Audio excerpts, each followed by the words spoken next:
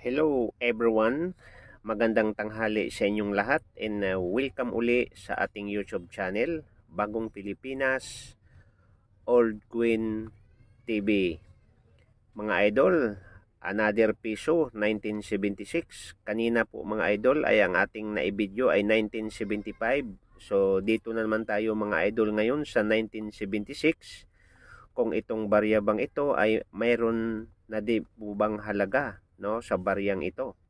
So mga idol, kung kayo ay baguhan pa lang po sa aking YouTube channel, kayo po ay nais kong anyayahan mag-subscribe, paki-like po, paki-suporta po sa ating sariling barya, no? Paki-pindot po ang notification bell para updated tayo mga idol sa ating mga lumang barya. Suportahan natin mga idol ang ating lumang barya para makipagsabayan tayo mga idol sa mga old queens sa ibang bansa na milyon po ang halaga. So ngayon po mga idol, ang atin po ay totoong price lang po sa mga online at sa mga bilihan po sa mga queens collector.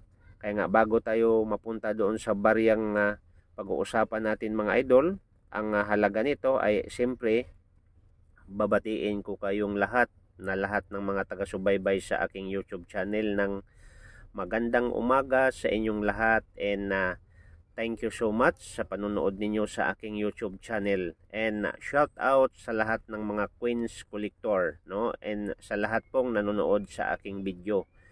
So mga idol, baka mayroon kayong ganitong uri ng barya, 1 piso, another Jose Rizal, no, Republika ng Pilipinas. Yung mukha po ninyo ay makikita po diyan sa larawan ni Jose Rizal po, ang kanyang harapan, no.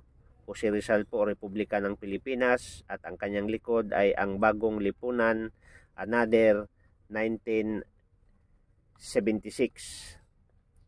So 1976 mga idol ay Bangko Sentral ng Pilipinas at andyan pa rin yung logo po ng United States and bandila ng Pilipinas. So gaya ng sinasabi ko kanina mga idol, ito ay 1976 ay napasama po sa US Mint, no? Okay, so yan po ang baryang ating pag-uusapan, kung itong barya bang ito ay mayroon na bang halaga sa market. So wag nating patagalin mga idol. So subaybayan ninyo, no? At higit sa lahat po, ang baryang ito mga idol ay ang bagong lipunan, no? Andiyan po, bagong lipunan, no? 1 piso 1976 Jose Rizal Queens. Issue po ay sa Pilipinas. At higit sa lahat po, ang kanyang period ay Republic 1964. At year po 1976 hanggat 1982. Value 1 piso po. At composition po niya copper and nickel 75%. Ganun pa rin po sa composition kanina sa 1975.